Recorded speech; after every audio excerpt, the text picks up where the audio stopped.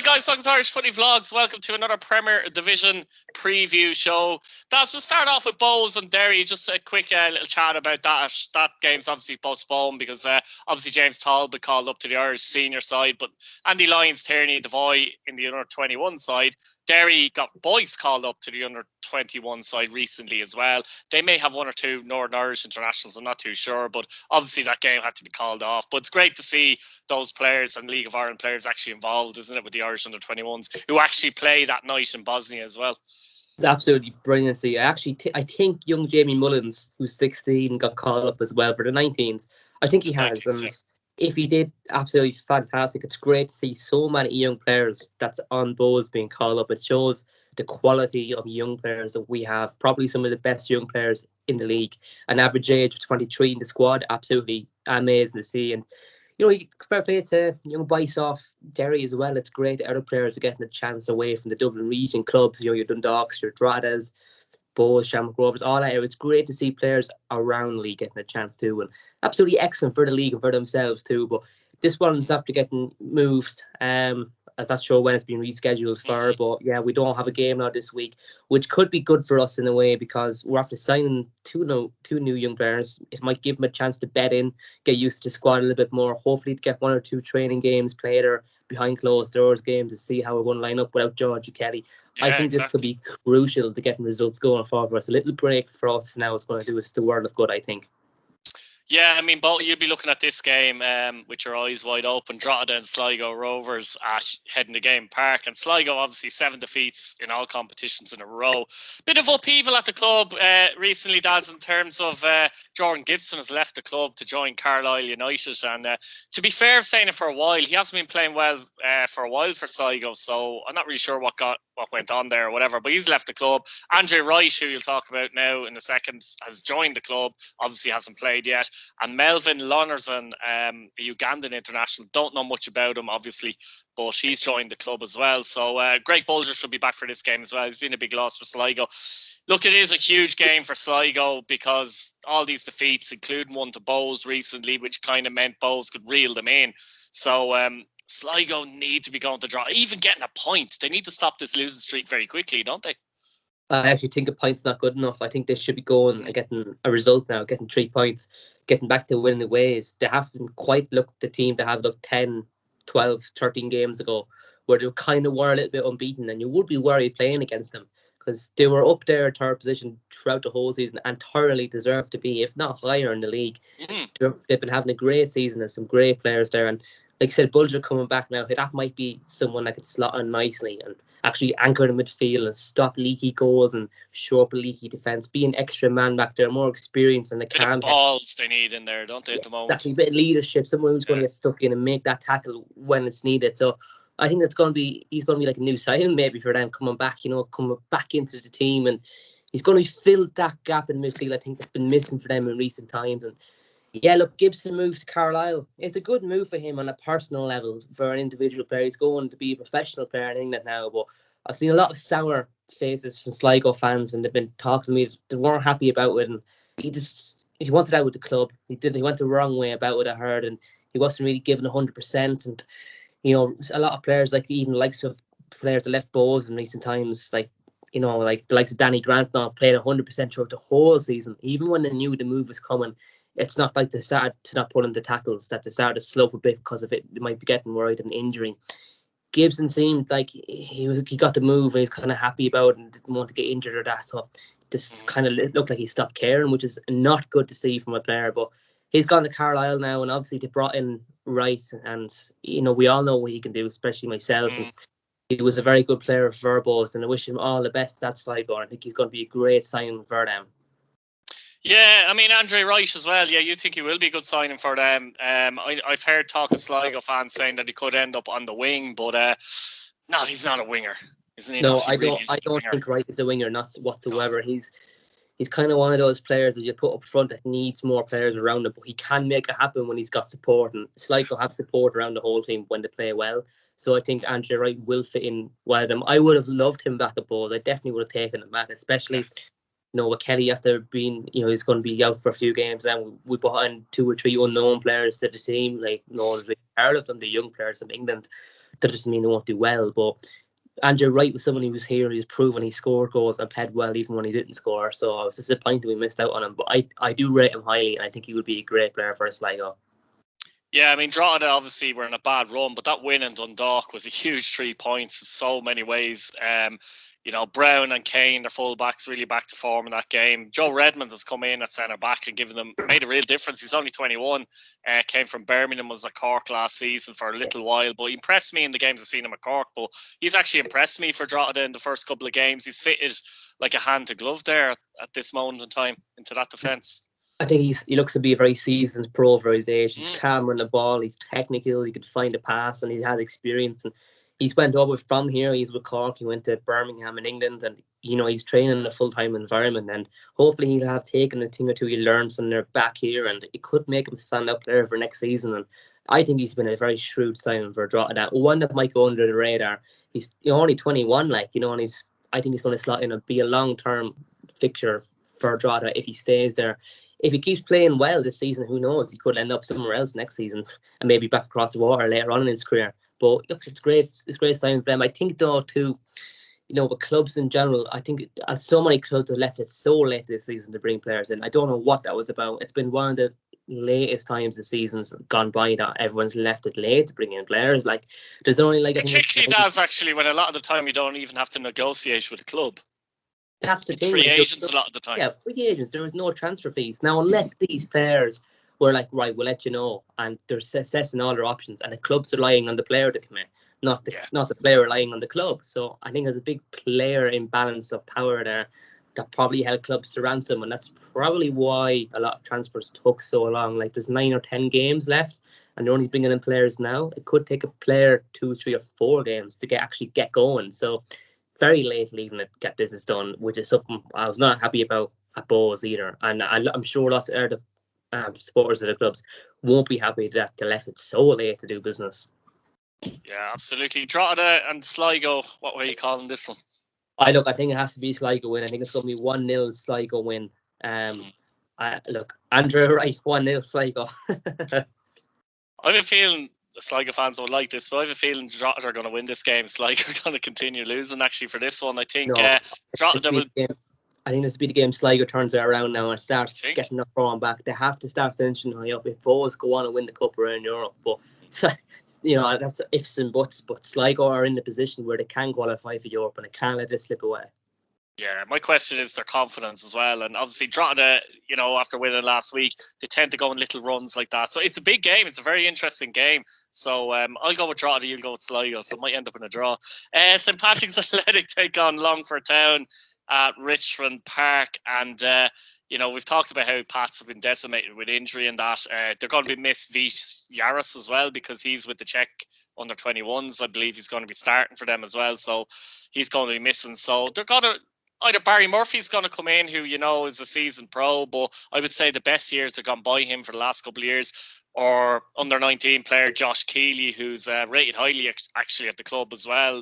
Kind of held in the same esteem as your Dara Burns or your Ben McCormick, but as a goalkeeper, it's obviously harder to get in. So that'll be an interesting choice, I think, for Stephen O'Donnell to make. I'd personally go with Josh Keeley, but that's my personal opinion. Apparently Paddy Barrett, I was going to say. Paddy Barrett apparently might be out of this game as well. Apparently picked up some kind of an injury. Desmond, Mountney and Benson are out as well. Longford, obviously, with the cup disappointment. They'll be looking to try and bounce back in the league. Some poor results recently. It's like they've given up. I'm not saying they're giving up on the pitch, but subconsciously giving up. But Dean Williams there, he's on loan for Shamrock Rovers, so they won't have him next season. But he's been on form for them and scoring goals despite their bad run, though. How do you see this one? Look, I think Pats are missing an awful lot of players. I think they're missing 5 players, one you mentioned, and the goalie too has been having a great season. A lot of people had question marks of him coming into the club at the start of the season. How is he going to do? And he's been one of the standout goalies for me this season, and standout young players in general. I think he's a smashing goalkeeper for his age, and he's done really well. And that's going to be a tough call to make. Do you go with the young up and coming goalie, or the season's pro who hasn't been getting game time? I wouldn't want to be making that decision, but I'd be going unlike you, I would have went with Murphy. Seasons pro, we're missing players. You want to have a cool head, leadership skill, position at the back of the defence, especially when you're missing your Desmonds and all these boys. You might even have Macklin coming in the left back again. You need someone who's going to have communication, leadership, management throughout the game, and I think he'd be like another manager on the pitch personally. So for them reasons, that's why I'd go with him. And we'll see how he goes. If he has a really poor game, that's it. He's gone. I don't think he'd play again for Pats. But if he has a good game, he's coming back into the reckoning and might even get moved in next season, get playing. I'd be going with Murphy and going for this one. But ultimately, look, I can't see Longford getting a result in this, unfortunately. I just can't. They've been having a much worse season than I thought they were going to have, and it's so unlucky with the way things have went for them, and just individual mistakes and confidence is something that very hard to fix as a manager. And we said it there months ago, they just weren't really prepared for the Premier Division, and that's showing. Pats have been playing very well with players out of position all around. I think we talked about this in the review show last week, that they had so many players out of position. At left back in midfield, I think it was Banks played in midfield one time. You had Macklin in the left back. You had loads of other players out of position, and this came up with the fruits every single game. And put in well, even games might have won that they weren't bad, that still were okay. I think it's going to be a 2-0 Pats win. I think it's going to be comfortable enough for them. It's probably a game that Pats probably have to win just to kind of keep that little gap that they do have over third, to make sure to keep it, because with the injuries they have, if say Sligo and Bowes were to creep up on them, then suddenly they're in a bit of trouble. So they're fortunate enough that they have that gap. But this Longford at home, it's an opportunity really for them just to at least keep the gap the same, isn't it, really? And playing against a team like Longford, to no respect to Longford, it's always room for a slip up. It's always room for an error. It's always room for Longford to nick a corner or a free kick, go 1-0 up and sure out the game, and then you've lost points you should be taking. So I definitely wouldn't be taking Longford for granted, or any team in this league for a matter. I don't care how many games they've lost. You could beat the team you lose against, two of them. You don't want that to happen. You don't want that to happen this season. It should be 3 points. They should go out, put a professional performance in, and get 3 points and get out of there. And that's what they need to do. But Longford can play pressure free. The bottom of the league, they've nothing really to play for. They can go out and express themselves and see how they're going to, who they're going to keep for next season, how they're going to go about it. I think they can play pressure free and just go out and play and see what they can do. Yeah, it's also an opportunity maybe for Longford, for some of their players to put themselves in the shop window. They might be staying in the Premier Division next season, the players. But Waterford in 8th take on Dundalk in 9th. And it's difficult to say that without thinking what is going on here. But look, like Waterford, if Waterford win this match, Daz, I mean, Dundalk, you have to say, are in a relegation scrap, as in playoff relegation scrap. Like, they're there at the moment, they're 9th, so we're deep into the season. So if Dundalk think they're not in a scrap, they're in trouble, I think, Dundalk are having a howler of a season. Nobody would have predicted this. Absolutely no one. It's shocking where they are. The players should hang their heads in shame of where they are. They've done themselves and Dundalk Football Club and their fans a disgrace this season. Absolutely shocking. They should make so many changes, and they probably can't with players tied in the contracts, which is shocking to see. And I feel for any Dundalk fan, after all the wins, all the cup wins, league wins, to be where they are is shocking. It's so bad. But it's not just the players. The management above and the board brought in all these players and let go of seasoned pros to the likes of Shamrock Rovers and throughout the league. It was a poor decision to make. It was just shocking, and Dundalk players should hang their heads in shame of where they are. It's a disgrace. And even that's knowing the likes of McElhenney is gone next season to Derry at this minute, it's hard to have that same verve, isn't it? That's shocking. If you're a player in that dressing room looking at him going, you let that out towards the end of the season. What are you doing? Obviously he just didn't care, and you let it out. He let his feelings known publicly in a nice way of doing it, in a way where he's kind of not kind of putting up in social media going, you don't put it out there like I've moved and that's it. He's just basically saying, look, I don't want to be at Dundalk anymore. I don't care. And that's completely bad vibes for one player that we know of. How many more players have the same vibe that want out of there?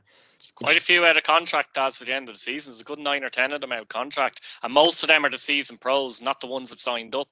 That's it. That's what I was saying. Sorry, I meant the ones that they have signed from the Faroe Islands. Yeah. I think the goalie too. They're on 2-year deals, if not more. On a large contract, that's so bad. And look, I think Waterford are going to go out and I'm going to beat Dundalk, and they're going to win them 2-0, and they're going to play very, very well against Dundalk. Dundalk are 9th, and I wouldn't surprise me if they're not being in a relegation scrap in the season. in the playoff. And imagine if they went down. Imagine the absolute shout the league if they went down. It'd be unbelievable. It's crazy to think of where they are. But I think Waterford will win this. I've seen Waterford play live this season. I thought they were very, very good. The players they brought in were really, really good. That's that guy that striker, what's his name? I can't think of it. Patterson. I think Patterson's a very, very good player.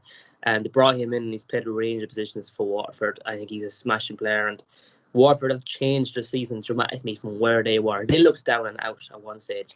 They came in, they got their heads together, a few players left, and they brought in more players and took a chance on players they brought in, and it's worked out. And they've got a great spirit throughout that team. And when they bet balls that time, the whole team were with the fans. The fans were completely behind them. You could see such a togetherness with the team. It was great to see for them, and I hope they stay up, and I think they will stay up. So I'm going to go with a 2-0 comfortable Waterford win. Yeah, I'm just looking at, I think it's arguably, in fact, I do think it's a game of the weekend, the Premier Division, and I actually think Waterford will win as well. I just think all the pressure's on Dundalk coming into the game. Waterford, they're in form, they're playing with a bit of verve, a bit of quality. John Martin, who came through their system there, is playing really, really well at the moment, scoring goals as well. You've named Patterson there, Junior, but the key point here to all these players is they've all fitted in under Bertram and they're playing to a system. With Dundalk, they simply just look like a team of individuals on the field. Sometimes they have the odd game where it just clicks, when you come up against them, look, they still have the players. If they click on the day, they can beat us here. So that does happen, but they don't look like. I actually hate teams like that who might have a lot of quality, but just aren't a team, and they're just so individualistic, and no one's really, he's not watching your back, he's not watching your back, you're not watching his back. That's the way it has been all season for Dundalk, apart from obviously the odd game here and there. I mean, if I said at the start of the season that, I'm not saying they're finishing ninth, but just say I said at the start of the season when I was doing the predictions that Dundalk could be 7th, 8th, 9th, I would have been told them on crack. Let's be honest about it. If I put them 4th stars at the start of the season, there probably would have been question marks as putting them 4th, and they're not finishing 4th. What? I actually think I tipped Dundalk to be 2nd. How? I think I went 2nd as well. I'd have to watch back, but I think I went 2nd as well because I just thought they'd come back and their quality would show, and that was a funny season, and they'd finish 2nd, and they were the team more likely, I said, to challenge Shamrock Rovers. And maybe kind of they should be the team more likely to challenge Shamrock Rovers, because let's be honest, nobody really is. But we're both going for Waterford wins. So, Dundalk, there's a lot of pressure on them in this game. Speaking of Shamrock Rovers, then the final game in the Premier Division, they travel to Ballybuffet to take on Finn Harps. They're on the back of 4 wins in a row, including a brilliant win against Derry in the Cup. They'll be hoping to get McElhenney back for this. Rovers still have Lee Grace, I believe, out of injured. He might be back, but they've, after having a couple of defeats, but they're crucially not in the league in that sense. They're 3 points out of Pats. No one else is close at all. They've got 2 games in hand with Pats. Pats are struggling with injury as well. It's very difficult, even if you want to create a narrative that there's still a title race. It's very difficult to come up with that narrative, Daz, really, to be honest. And for Rovers, all their focus now is on that league, isn't it? It's completely on that league, and going out of Europe, going out of the Cup, the thing they've got left to play for, and I think that they'll want to cement to make sure that they get will be the league. Yeah. Every single head in that dressing room will be tuned into making sure they secure the league. They've got quality throughout the pitch. I seen them against Bows. I know we won that one, but throughout the season, Rovers have been great, and they've had so many good players. And they lost Scales, obviously, at not an ideal time in the league when you want to lose one of your better players. But I think they have the quality to get through losing such a key member of their squad. And on their day, they can turn over anyone in the league, and they can score 3, 4, 5 goals if they really want to. And just all over, this quality all over. There's not one bad player in that team. And Harps, they've been doing very well. They've got, as you said, 4 wins. That's completely different than where they have been throughout the season. And Holly Horgan has done it time and time again. At this part of the season, or even a little bit later, he'll come up with the goods. He'll start getting wins and start beating teams he has no right to beat. So I really wouldn't be surprised if Finn Harps to come out and win, defeat Rovers, and then Rovers go on and win most of the rest of their games. It really actually wouldn't surprise me, because Holly Horgan is so good at getting players' heads at this time of the season, saying, right, look, lads, we need to stay up here. And you don't know how he does it. He goes on a mad run and he beats everyone around him and to stay up. And that's how he's done it last few seasons. It really wouldn't surprise me if Finn Harps got a result here. And I'm trying not to be biased towards Rovers here with this. it's going to be a very hard game for both teams. They're both playing for completely different things. Finn Harps want to stay up just as much as Rovers want to win the league. So I think for me, this could be the game of the week for them on reasons, because they're both playing for such different things. I think the incredible thing is with Hearts, it's either chalk or cheese. They're either on a brilliant run like the start of the season, and then they go on a run where they they won 2 games out of 16, and then they hit back now with 4 wins in a row. Not all in the league, one was in the cup, but still, it's so funny how you shift from such good form to such poor form to such good form. There's been no we'll win this week, we'll lose next week, we'll win next week, we'll lose the next week. It's just been, it's I don't know how you do that, because when you go on a run of defeats like that, it's hard to get confidence back. But there seems to be a switch that Ollie Horgan has and no other manager seems to have. It's bizarre. And you're right, though. I wouldn't be shocked if Finn Harps were to get something here. And to be honest, the league could probably do with, say, Pats winning, even though I don't think Pats win the league, it's not the point. The league could do with Pats winning and, say, Rovers losing. But from Rovers' point of view there, they've signed Barry Cotter. They brought him in actually in deadline day as well, didn't they? So he's a right back, which I find strange as well. I am told he can play all across the back, so maybe that's something they're looking at in terms of left back, because Kavanagh gets a few injuries, Scales is gone. That's a left wing back, sorry. And obviously, look, the strength they have, they can kind of rest up now a little bit more now as well with their squad, because they only have the league games every week. But look, I just think they've more, I don't know what it is. You mentioned how they can win 4 or 5-0, which they can do as well. But I think the key for Rovers has been this season at times, they're very capable of winning games when they're completely off the boil, and that's down to their defence a lot of the time, because the amount of games they've won, say, laid on by winning 1-0 and that, and you can only win 1-0 laid on if your defence and defensive unit is tight, because, you know, it gives yourself a chance to nick a goal late on. And I think that's been key with them this season. So when things haven't been great, they've been able to do that a lot more than any other team, I think, this season. And in fairness to them, they probably haven't got the credit they deserve for maybe nicking late wins, because it's not easy to go out and nick late wins either, to be honest with you. No, definitely not. Like, you know, you have to have a really good defence to be able to be 0-0 or even 1-1 throughout a whole game, get to the 85th minute and actually be able to, you know, have the balls to push on, go up the field and get a goal and see it out. It's not easy to do, and it's something Rovers can do. A lot of teams might get wins, you know, 2 or 3 wins, if even a season, by doing it through luck or through determination. But Rovers have shown they can play that way and they can do it. And they're having the game where they're not really at the pace of the team. They know they can sit back a little bit, hold possession of the ball, wait and let things happen, and catch teams maybe they mightn't be as, you know, they might be more tired than Rovers throughout the game, because Rovers players just seem to be very, very fit and, you know, agile. And also something psychological comes into play. If Rovers have done that a couple of times, Daz, it gets the team's heads. Then last 10 minutes is 0-0. Almost subconsciously, automatically dropping back, thinking, oh no, what if they score a late goal? And sometimes that's the worst thing you can do, because you're inviting pressure. But it's easy for me to sit here and say that, because it's a thing, if you've played any kind of sport, it can happen without you. It just happens. It's strange. You don't make a decision to do that. It just happens. And it's only when you look at it after, why did we do that? But not only that, though, like what you said there is completely true. But on the flip side, Rovers might be thinking the opposite. Like, God, we can go now and get this for the last 2 or 3 minutes. We push on here. There, we've done it 4 or 5 times this season against top teams.